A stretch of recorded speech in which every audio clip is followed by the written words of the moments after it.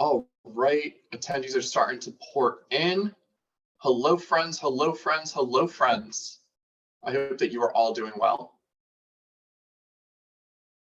We're letting all of our participants in the meeting. We've got about another 30 people that are going to chime in briefly. Give maybe like 2 or 3 more minutes for everyone to sign in. Perfect.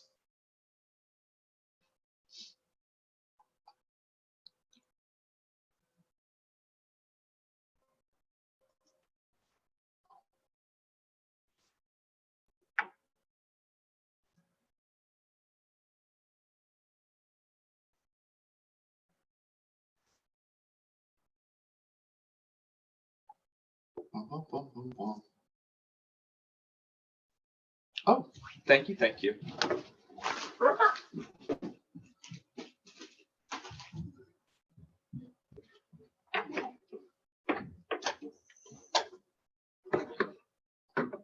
I appreciate all the support that our team has and gives. All right. So I'm only seeing 8 participants. We had 42 registered, so I'm guessing that they're just going to join as we go through the presentation. Just to be respectful of everyone's time, I'm going to get the show on the road. For my attendees, if you have any questions, I would say, ooh, hang on, I apologize. Okay, perfect. I think we got everyone. All right. I'm just going to start sharing my screen and then begin the presentation. For all of my friends who are attendees, after each section, I'm going to give us an opportunity to ask questions, and then we'll also have opportunity for a more informal conversation towards the end of the presentation. If for whatever reason you would like to make a comment or what have you, please feel free to add it to the chat or otherwise raise your hand and I will do my best to get you. In the event that I'm unable to get to you guys and all of our questions this evening, by all means, we are more than able to get, I apologize. All right, I have one person who's going to, beautiful, perfect, perfect. All right, so I have one staff member who's going to be assisting me and monitoring the chat. I'll get notified if there are any questions added there. For my guests, so I got a message from another staffer asking for all participants to type their name into the chat. I'm not going to do that, and the only reason why I'm not going to do that is because we are able to pull an attendee report that will pull a list of everyone who was participating in the call, both from panelists and attendees who are watching. I'm going to get moving on the presentation just to be respectful of time. In the event, again, that there's a question or something that you'd like me to consider, by all means, please just add it to the chat or raise your hand. Let me share my screen now with the PowerPoint, and I'm going to get this moving. That way we can make sure we present all the information. Okay, stop sharing, view tab, slideshow, beautiful. Let me just make sure it's displaying properly. All right, it's still displaying. I can still see displaying my screen. Can Dr. Williams, can you let me know if you're able to see my PowerPoint? Yes, Ben, we can see your PowerPoint. Beautiful. All right, thank you guys so much. I appreciate you. All right, so let's take a look. So this presentation is on federal backgrounds or title programs. We're going to go into a lot of the components that parents should be aware of over the course of the year. That said, I'm going to start with an introduction into title background, and then we'll do a quick Q&A to make sure that no one has any questions. So good evening. In this meeting, we're going to cover background information on title programs, Title IIA and IV transferability, the 5 title set-asides, and information on upcoming 23 equity report, parent and family engagement policies and opportunities, and then at the end, we're going to have Q&A and feedback opportunities.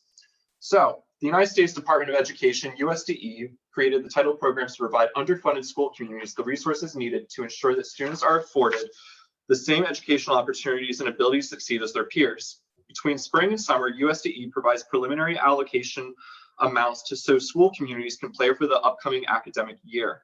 Allocation amounts are subject to change and fluctuate either up or down.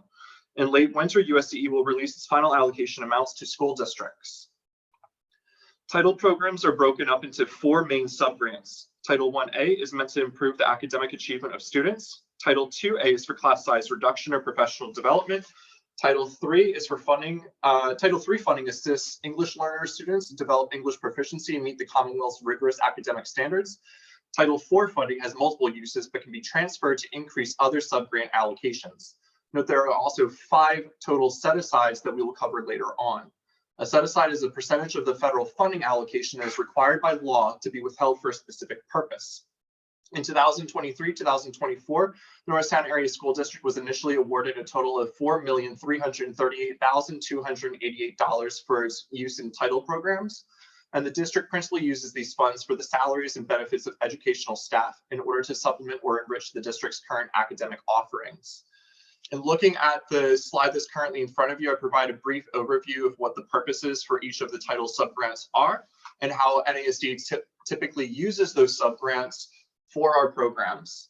And looking at the total allocations provided, please note that Title III is TBD. We are still waiting notification of that particular allocation from the Pennsylvania Department of Education.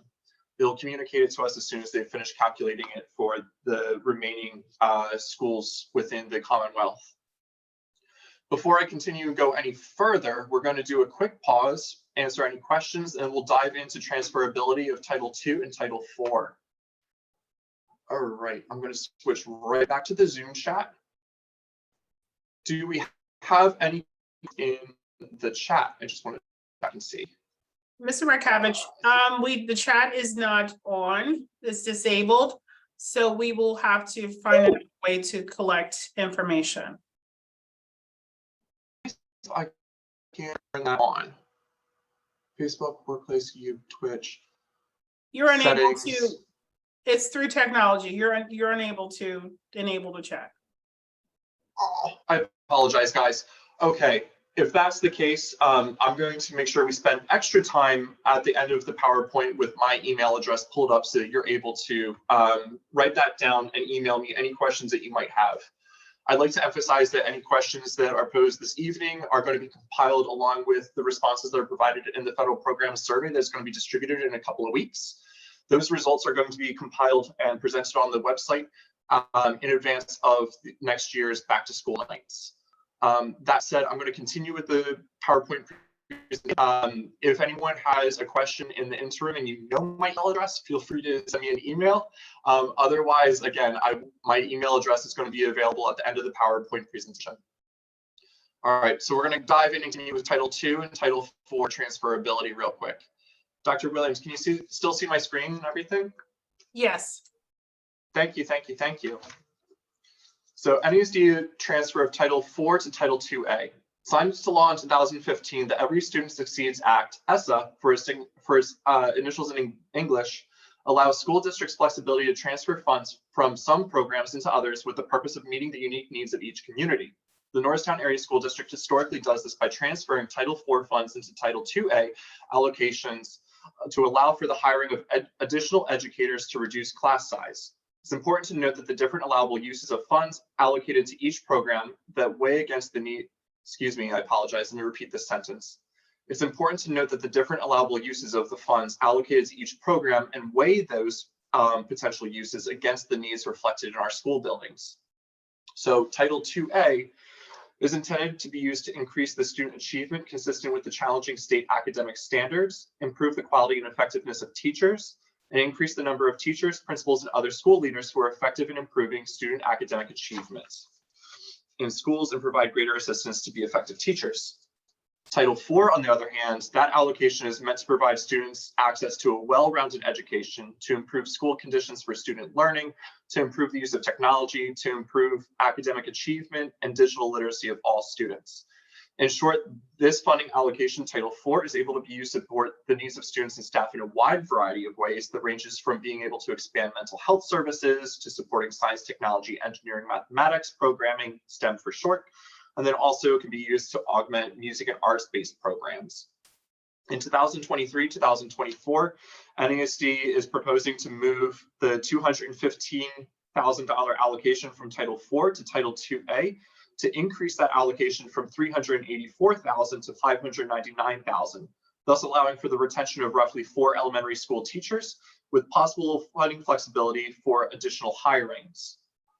Part of this transfer entails the need for community feedback. In addition to the Q&A towards the end of this meeting, parents are going to be invited to participate in the survey form that will be distributed in the coming weeks. All right, we're going to move on to the set-asides. My goal is to power through the rest of this presentation and join up so that we're able to have a community dialogue, just because people aren't able to submit their questions into the chat. If there is a reason for me to pause, Dr. Williams, please feel free to let me know, okay? NASD set-asides. Remember I mentioned that there are 5 total set-asides. A set-aside is a percentage of the federal funding allocation that is required by law to be withheld for a specific purpose.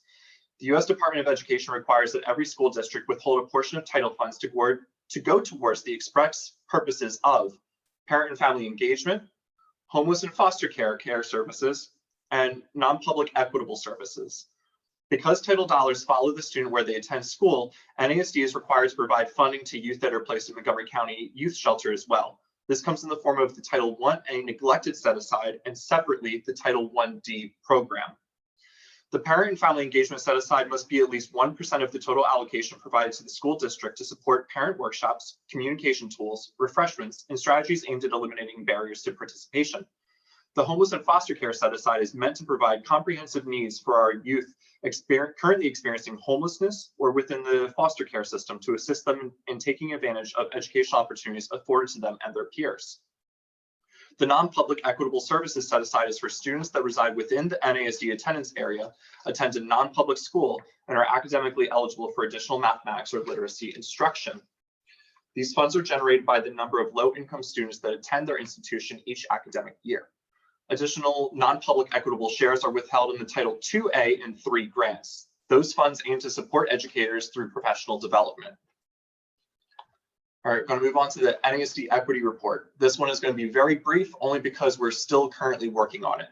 In the next week, NASD is hosting a meeting with our HR department, the assistant superintendent, the DEI director, and the business office to review the data and adjust and revise the equity report accordingly. Naturally, of course, as well, we want to make sure that parents have the ability to review the equity report to offer any constructive criticism or points that they would like to note. We're going to distribute the equity report once it's been finalized in the same correspondence that will contain the parent federal program stakeholder survey. That way parents are able to review the equity report at the same time as responding to the survey so they have access to all documents. In short, though, the required by school districts that run title programs, the equity report is designed to measure the effectiveness of a district's hiring, retention, and assurance that students in the most in-need communities are provided experienced and appropriately certified educators at the same rate as their peers. This is presently being reviewed and will be posted on the district's website in the coming weeks. Parents are encouraged to review the assessment and provide their input on challenges, courses of action in the upcoming federal program stakeholder survey that will be communicated to families and posted on district platforms. Moving forward to the parent and family engagement title programs. This is deeply important. This is probably the most relevant portion of the discussion for our attendees. If there are any questions regarding this portion of the program or any additional portions, please feel free to let me know. We'll have a discussion after the presentation concludes. Parent and family engagements and title programs. Parent and family involvement in the education of the child promotes their academic, social, and emotional success in school. By supporting students and engaging with school partners, parents help their children tackle challenging course subjects, navigate new experiences, and advocate for needed supports. Because of this, NASD encourages parents and caregivers to participate in the review and revision of several documents with their school communities during steering committee meetings or PFC meetings over the course of the school year. They include the School Parent Compact, the School Parent and Family Engagement Policy, NASD Policy 918, LEA Parent Engagement Policy, School-wide Plan, and Title I Budget. All Title I schools are required to involve parents, educators, administrators, and at the high school level, students in the composition of their steering committees aimed at designing school improvement plans and Title I budgets. Fiscally, this principally takes the form of determining purchases with the school's Title I building, parent and family engagement funds. However, parent input informs educators and administrators on the needs and priorities that are meant to be reflected in the plans and budgets. This evening, I'm going to provide a brief introduction to NASD's Policy 918, and we'll invite discussion on it. This policy has been reviewed at the May 2023 NASD Policy Committee meeting. And at that meeting, it was discussed that there are no requirements that we need to adjust or change. We meet the 8 requirements by PDE. But one thing that I will say, I would note, is that schools that do not have an existing PFC or an existing steering committee, it's going to be recommended administratively that we shore up processes to ensure that those committees or PFC clubs are created and that parents are interacting and working with the schools in informing the plans. I'm going to share a tab right now that takes us to Policy 918. This policy is available on the district's website. It is also available on board docs on the district's website. If you go to policies, you'll be able to identify it. It contains a number of regulations required for both NASD school buildings and the NASD district as a whole. In short, basically it requires and entails that we must interact and engage with our community stakeholders in our school buildings for all portions of planning, implementation, and monitoring of our Title I plans and budgets.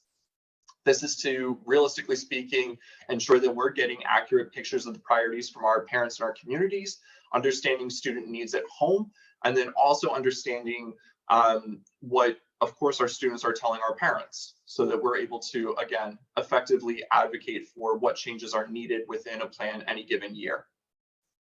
All right, I'm going to go back to the PowerPoint presentation. We're going to keep this going. And then again, we're going to open up this entire conversation for discussion as soon as the presentation is concluded. All right. I apologize. I just want to make sure. Requirements by PDE. Okay. Concluding the discussion on the NASD Policy 918, like I had said, it was highlighted that ironing out administrative processes in each of the school buildings for parental involvement may be appropriate where there's not an existing steering committee or PFC. Rightfully so, how to execute the plan and the processes should be decided by the school community so the language is written to leave flexibility in determining what works best for each community. Moving forward real quick. All right, Q&A, upcoming parent survey and their results. In addition to the Q&A session that's going to follow the meeting today, the NASD community at large is invited to participate in our annual review of programs. In the next week or so, NASD parents will be emailed a Google form to measure their priorities and feedback to integrate into the district and building planning for the upcoming school year. To have an accurate understanding of the priorities of our families and what vision they have for their school communities, we invite the NASD community to participate accordingly at their convenience. The data will be analyzed and published in a report during the summer in advance of the 23-24 school year back to school and Title I meetings. Additional inquiries are able to be made directly to NASD's Federal Programs Coordinator, that's myself, Benjamin Ratkevich at bratkevich@nasd.k12.pa.us. And spelling of my last name is there at the bottom, RATKIEWICZ.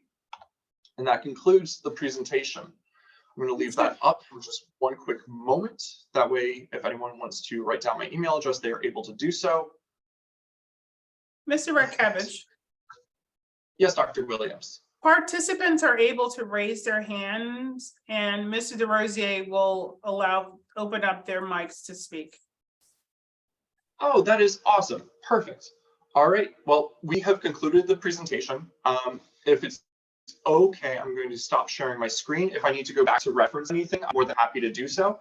But I'm going to open up the field for questions and inquiries. So any attendee, if you would like to ask a question, you can use the raise hand function at the bottom of the screen. And then Mr. DeRosier will take you off mute.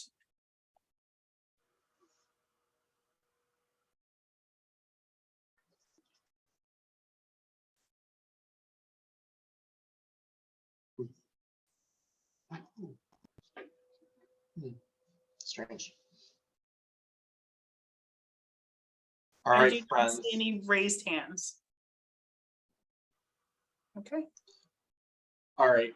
I'm going to put up my email address just one more time so that people are able to take a look at it should they want to and write it down. Let me see. There we go. All right, perfect. Again, in the event that anyone has any questions, please feel free to take down my email address and send me a question. If I don't know the answer off the top of my head, I'd be more than happy to do the appropriate digging and research to make sure that I get you the information that we need. That said, I want to say thank you so much for everyone for attending this 20-minute meeting. I hope that I was respectful of your time. I apologize for the technical difficulties in not having the chat up. That said, I deeply appreciate you participating, being here, listening. And if there are any questions, again, please feel free to shoot me an email, and then be on the lookout for the federal program survey that's going to be communicated out in the next couple of weeks. Thank you all so much. I appreciate you. Going once, going twice. Have a wonderful evening, everyone. I appreciate you guys. All right. Yeah. Leah, Dr. Williams, I'm going to end the call for everyone. Thank you. thank you.